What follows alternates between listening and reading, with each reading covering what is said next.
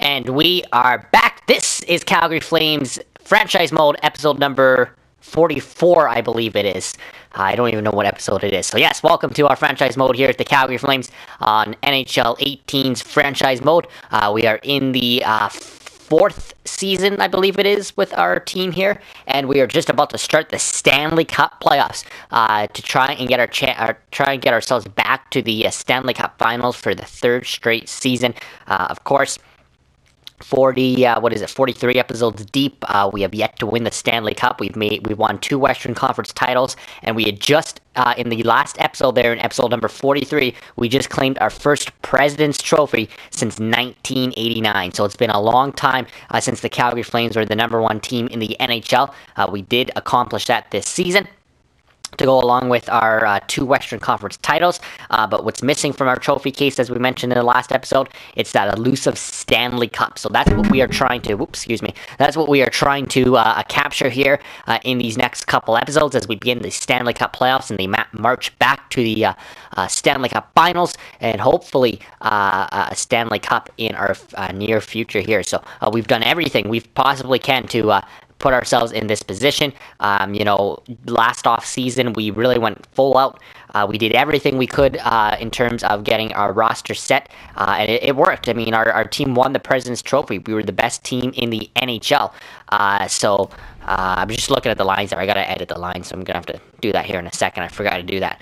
But no, it did. It worked. We solidified a pretty good roster, so that is good.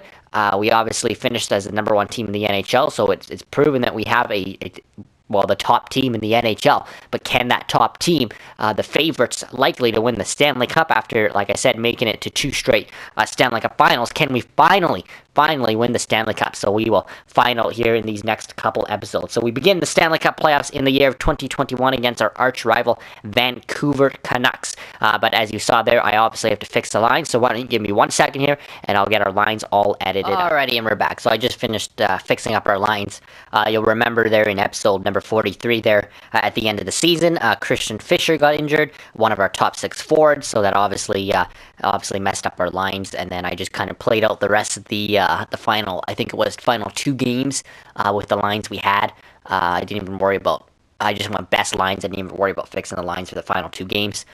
So it really didn't matter. I just forgot to do it here before we started the playoffs, but I fixed it. So we're all good. I'll show you those lines in a second, but let's start off with looking at our opponent's lines like we do before every playoff series. Let's take a look at what we are going up against here in the Vancouver Canucks. So a divisional foe, obviously, here in the first round. And wow, that is a deep team. So I can't remember, did we play them last year in the playoffs? Let's just see here. I've got the stats. Did we play them?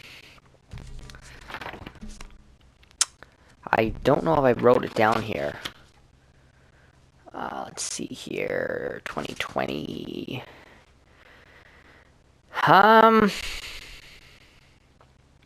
No, I don't have those stats in front of me right now. I got the 19. You know what? I think I forgot to write down the stats from last season. I did.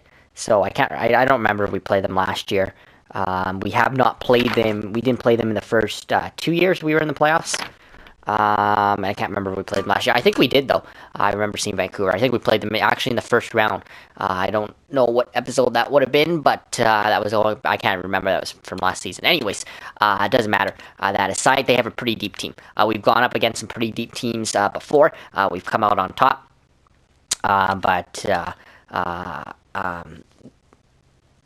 We were always a top-heavy team for the last 3 seasons. We've kind of spreaded that. Again, I'll show you our lines here in a second. We've kind of spreaded that out a little bit. Probably not as good here as Vancouver has. Let's just take a look at their top 6 first of all. They have a pretty decent top line. That's not a lethal top line, but it's pretty decent. Obviously, Sven Baertschi, Brock Besser, both mid-80s. Those are both top line players. And then you got Marcus Granlund. Again, I don't know how accurate this game is to real life, but the Flames did trade away Baertschi and Granlund pretty much for nothing to the Vancouver Canucks. Now, I highly doubt that in 2021, Baertschi is an 85, Granlund is an 88, but hey, you never know. That would really suck, though, because these were 2 Calgary Flames draft picks. But good to see them being the top players right now in Vancouver alongside alongside Brock Besser. Not a bad top line. It's pretty lethal. That's probably where they do most of their damage. They got some good depth here on their second line, though, with Mike Hoffman and Bo Horvat, and then Nikolai Kupdobin as well in there to round out that second line. And again, it's not the strongest second line, but it's getting the job done. Very good depth third line here with Daniel Sedin, who for some reason is still not retired at age 40, as well as Henrik. But Daniel's on this line with Jonathan Dahling and Louis Eriksson. So, I mean, obviously, their players are still pretty young. I mean, you look at Dahling, who's just 23, Horvat, well, he's 26, but Granlund's 27, but Besser's 24. They still have a pretty young core for the most part, Darlene being their youngest though. And then not a bad fourth line, Jake Virtanen in there with Henrik and Reed Boucher. So pretty good all around four lines here. They can roll four lines at us every single night. They could get contribution from their bottom six as well as their top six. That's going to be a tough matchup up front. Let's see what they have on the back end. And they got Ben Hutton there with Chris Tanev. Again, that's not a super elite top pairing, but it gets the job done. But again, good depth down here with Edler and Goodbranson. And then Oli Uolevi, who's finally made it to the NHL, and Troy Stetcher on their bottom pairing. So, you know what? We clearly have a much stronger defensive core. Uolevi and Stetcher are not too far off of what we have in Valimaki and Chillington. And then our top four just blows their top four out of the water. So our defensive core is much stronger. But I think they do have better depth. I think our forward group's much stronger too. But I think they've got better depth. Where they have us, they don't have us beat here. They do have a good solid goalie like we do. Thatcher Demko, 88. But they do have a better backup than us by far in Jacob Markstrom here. So Demko and Markstrom is what they're rolling with as a tandem. That's not bad. We have John Gibson, who is a 90. But again, I think we do have them slightly beat when it comes to goaltending. They have Delzato, McQuaid, and Patrick Wierkosh as well as extra. So, when I look at their lineups, not super strong in any position in particular, but just well-rounded depth. So let's take a look here at their stats and where all of their points are coming from. Are they a high offensive team? We don't even know. So let's take a look here at stats here quickly. Just see. I don't even remember where Vancouver finished in our division. So they just made it into the playoffs with 84 points. In fact, they just made it in because the Sharks also had 84 points. They finished with a couple more wins here in the W column than the Sharks did. So that's the reason. So they just squeaked into the playoffs in the Pacific Division and in the Western Conference as well. They finished as actually the 8th seed. So, they just squeak in. Obviously, that makes sense because we're the number 1 seed. They didn't have the probably the best regular season that they would have wanted. When we look at their, where are they here? I just wanted to go to their, 19th in the NHL. Yeah, so you can see, I mean, they're 19th in the NHL and they still made the playoffs. But anyways, so let's see. I just want to see where they come in terms of goals for and goals against. So in terms of goals for, we finished as the third best team in the National Hockey League. Where are they? Are they down here? Oops, too far down. So they're about the middle of the league when it came to goals for, averaging about 2.59 goals a game. Where were they in terms of goals against? So they were in the top half. We were the number 1 team, though, in goals against here. As you can see, with 164, averaging just 2 goals against per game. But the Vancouver Canucks averaging 2.45. So they were still in the top half, top 10 for the Canucks. We were obviously number 1, so we are, we're the much stronger team. We are the heavy favorites in this series, but they are probably a more defensive team than they are offensive team. So that's interesting to see. But that makes sense when we looked at, they didn't have those super elite top goal scorers like we do, and like some other teams might have. So I don't know why I keep clicking on playoff stats here. I want to see the regular season stats and just see where. So here's a quick look. Again, we didn't do this in the last video. Just a quick look at what we finished with in the regular season. 83 points in 82 games for Gaudreau, 72 in 82 for Tavares, as well as a 40-goal season, 30-goal plateau for Johnny. You can see there Wheeler hit the 60-point plateau. Kachuk was 30 away from hitting it. Monahan hits the 50-point plateau, as well as Dougie Hamilton, 40 assists for him.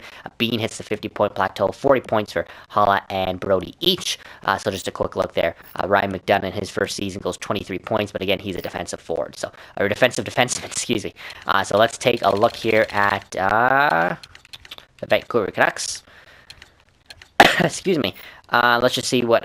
So as expected, their top player offensively is Marcus Granlund. He actually almost finished a point a game. That's crazy. 81 points in 82 games for the former Calgary Flame draft pick. That 57 assists right here, along with a 24-goal season. But man, he almost hit the 60 assist plateau. That's not easy to do, but he almost did it right there. 81 points in 82 games. That's pretty superstar status in terms of point production. Again, I highly doubt this is realistic to real life. I don't think Granlund's going to be a guy that you're going to see putting up 81 points in 82 games in the future. But in this game, obviously, he's a superstar in this game. So he's the guy they're relying on heavily. Sven Baertschi on that line. He has 20 points less at 61, but he almost hits the 30-goal plateau. 50-point plateau for Brock Besser, who's also on that line. So you can see their top three players on that top line are their top three players offensively. So that's where all of their production will likely come from, is their number one line. Granlund, Baertschi, and Besser. So we're going to have to watch out for shutting that line down. Nikolai Godobin, you can see why he's on the second line there. He hits the 50-point plateau, as does Horvat and Hoffman. So their second line, actually, each of the players on the second line also hit the 50-point plateau. So you can see, all of their top six forwards hit the 50-point plateau. That's a pretty well-rounded top six. That's why they have such good depth, because they're getting scoring from everybody on their team. That's so well-rounded. I don't know what else to say. That's just such good depth. It's well constructed the way they have their team. Louis Eriksson comes in at 30 points. Daniel Sedin practically 30 points, as well as Dahlin. So you can see even their third line consistent, and their fourth line consistent. Obviously significantly less than their top six, but it's very consistent. They're getting points from everybody, or they did all season long. In terms of defensemen, you can see there wasn't too many top defensemen in there. I think Ben Hutton is their highest defenseman. Let's just take a quick look here. Ben Hutton, 24 points. So they're not getting any offense from their back end. But again, these are all defensive defensemen. A two-way defender for Hutton, defensive defenseman in Chris Tanev. That's probably their shutdown unit. Edler's a two-way defenseman. Stetcher's a two-way defenseman. Defensive defenseman in Gabranson. Ulevi two-way. So yeah, they don't have any offensive defensemen coming from here. Even McQuaid, a defensive defenseman, as their depth option. So that is what their blue line is about, and their offense is coming well-rounded from their four lines. And then you can see Tachel Demko almost plays 60 games, and he puts up a .924 save percentage. So not too bad, if you ask me there, for the Vancouver Canucks. They're very well-rounded. That's why they got themselves into the playoffs. But again, we're heavy favorites. Hopefully our power will be enough to get us by the Canucks here. Excuse me. Gibson plays 80 games. I didn't keep it realistic this season. I don't know why. We just didn't have a good backup in Hudobin. I just didn't really trust him. Plus, I was kind of lazy to put him in games there. Gibson wouldn't play 80 games and go 55, 23, and 2, 9-3-3. If he doesn't win the Vezina after that season, playing 80 games and going 9-3-3, averaging 193 goals against, if he doesn't win the Vezina, there's something seriously wrong with this game.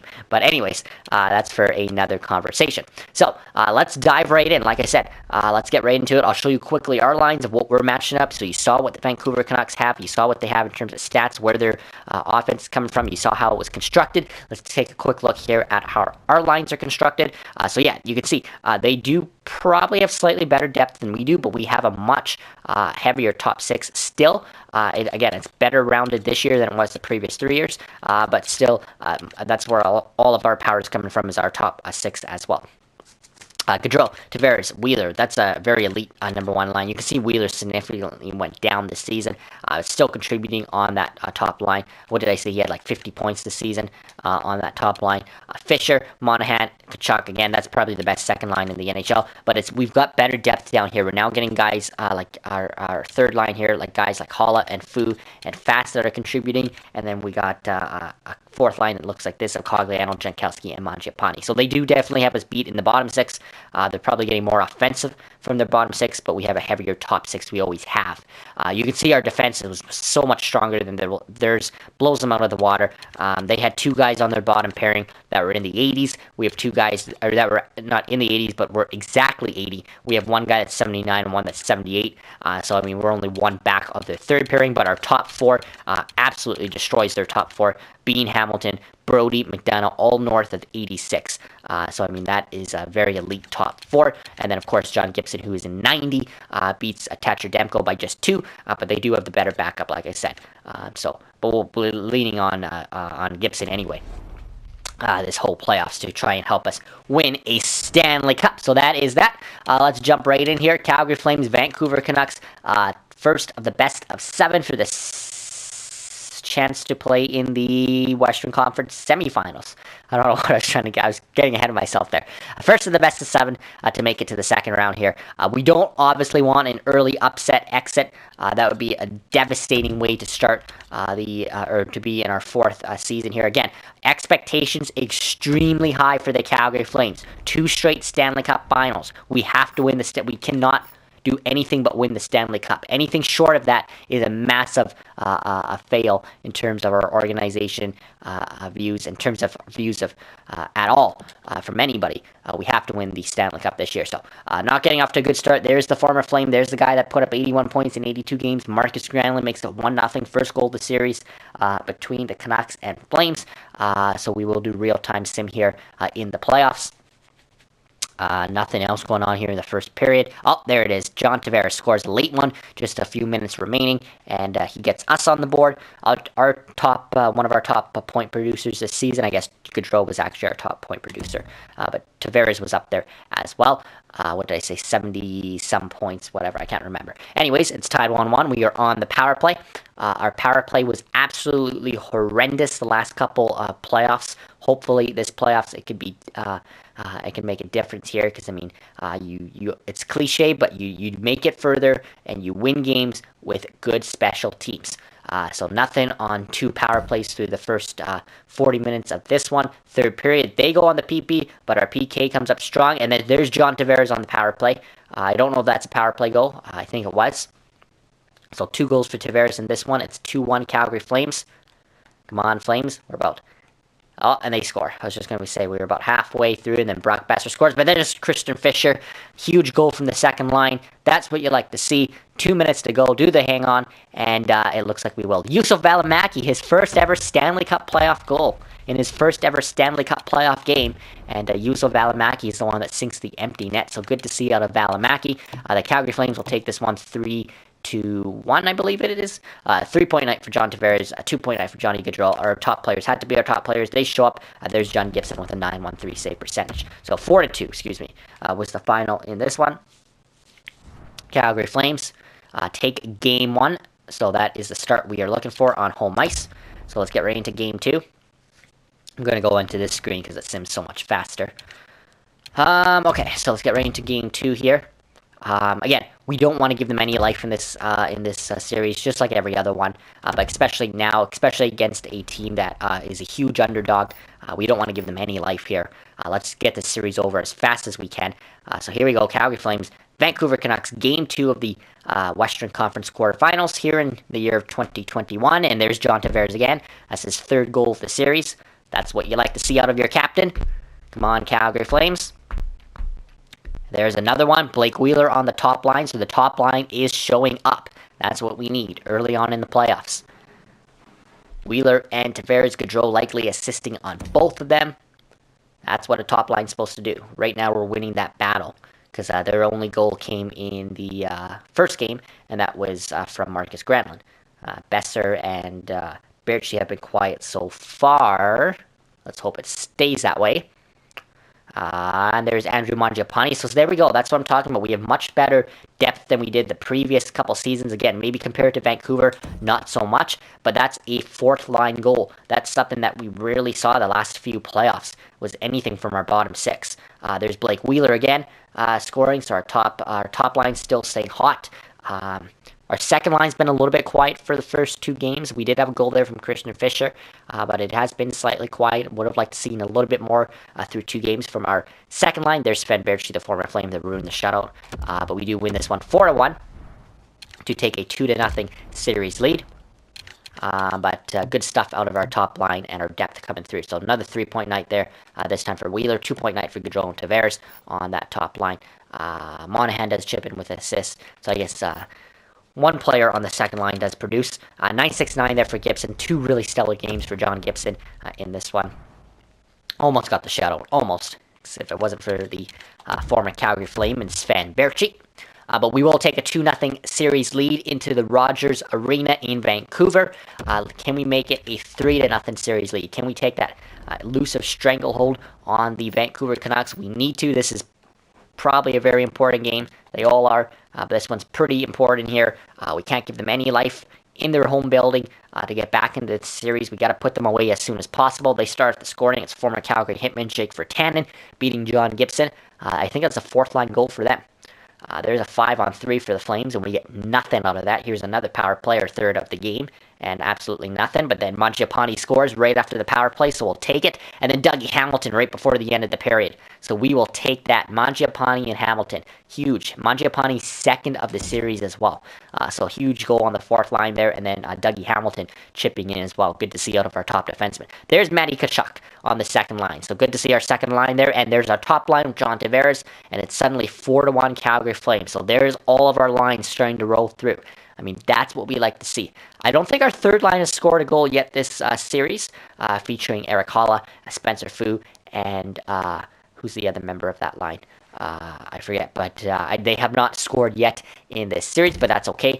We're getting contribution from our fourth line, second line, and especially from our top line, as well as the defense. That's all you can ask for. So they make it interesting. They make it a 4-2 game here as Marcus Granlund gets his second of the series, beating John Gibson. There's 9 minutes to go. They're on the power play. They get another one. They pull within one. Here's Mike Hoffman. It's a 1-goal game. The former Senator. Do we hang on here in Game 3? Come on, Flames. We got to hang on. Yes, we get it. Jesper's fast with the likely empty netter. Fast as that other member of the third line. So I guess now all four of our lines have contributed through 3 games, technically speaking. But with goals, that is. But that's good to see. Another 2-point night for Gaudreau Tavares. And then just well spread out offense there. 9-1-9. Another good night for John Gibson.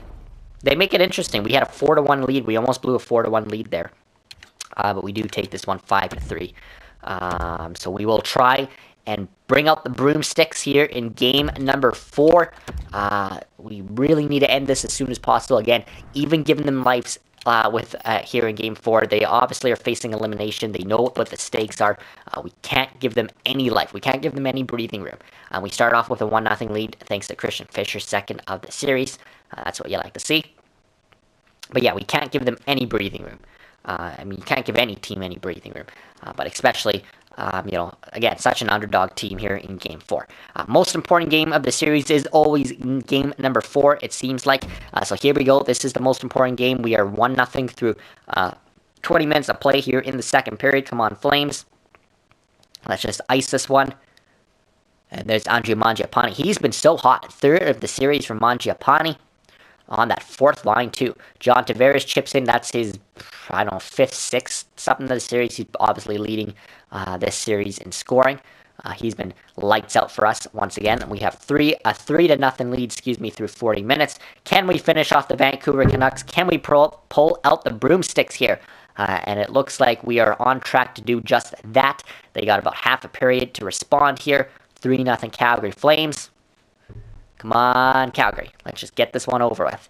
And it looks like we will hang on There's Johnny Gaudreau with the likely empty netter with 1:58 to go. And the Calgary Flames have swept the Vancouver Canucks in 4 games. So not a huge surprise here, probably for many. I mean, we didn't want to get obviously overconfident, but we did have a good chance to win this series and possibly even sweep them. And that's what we did there in this series. Another 2-point night for Gaudreau and Tavares. Gibson finally gets his 27-save shutout performance. He should have had 2 shutouts in this series. Just gets the one, but he'll take it. We will take it.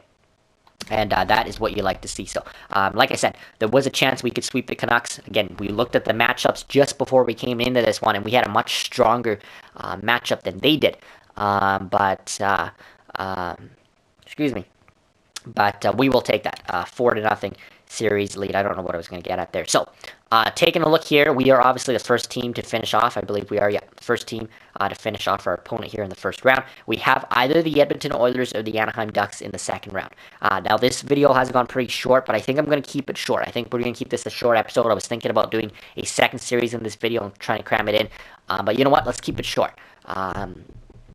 We'll keep this video short and we'll just roll into this next one with the second round. But the first round is a success against the Vancouver Canucks. But you know what? Let's see who our opponent's going to be. We might just finish simming this one here. So we'll either be the Edmonton Oilers or the Anaheim Ducks. The Ducks have a 2-1 series lead right now through 3 games on the Oilers. So let's just start simming some days here until we figure out who our opponent is. Probably safe to sim 2 days at a time here. Now we'll go 1 day at a time because they should be close to finishing off their series. So it's either going to be a Battle of Alberta in the second round or a Calgary Flames Anaheim Ducks rivalry in the second round. So we're about a week in here, and we still don't have our decision. I wonder if that series went 7 between the Ducks and the Oilers. Let's go over a week now, and it is the Edmonton Oilers. Okay, so let's quickly do our scouting assignment here.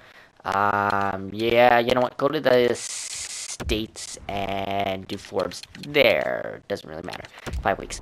So it is going to be the Edmonton Oilers. So we'll start the simulation here. So they do probably finish off the Ducks in likely 7. Because that took over a week to decide. Oh, we can't see. Should have been simming from this screen.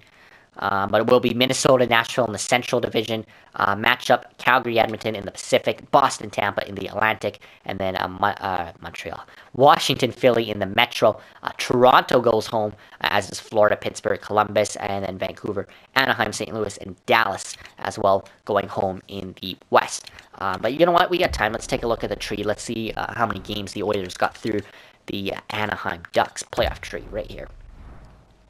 Yeah, so it was 7 games. It took all the way to Game 7, but the Oilers get by the Anaheim Ducks. The Preds get by the Blues in 6. It was only 5 games for the Minnesota Wild. A 6-game series there between Philly and Columbus. Philly wins that one. 6-game series between the Pens and Caps. Caps win that one. A 7-game series there. Boston gets by the Panthers, and then a 5-game series win for the Tampa Bay Lightning over the Toronto Maple Leafs. We are the only team in the first round to sweep.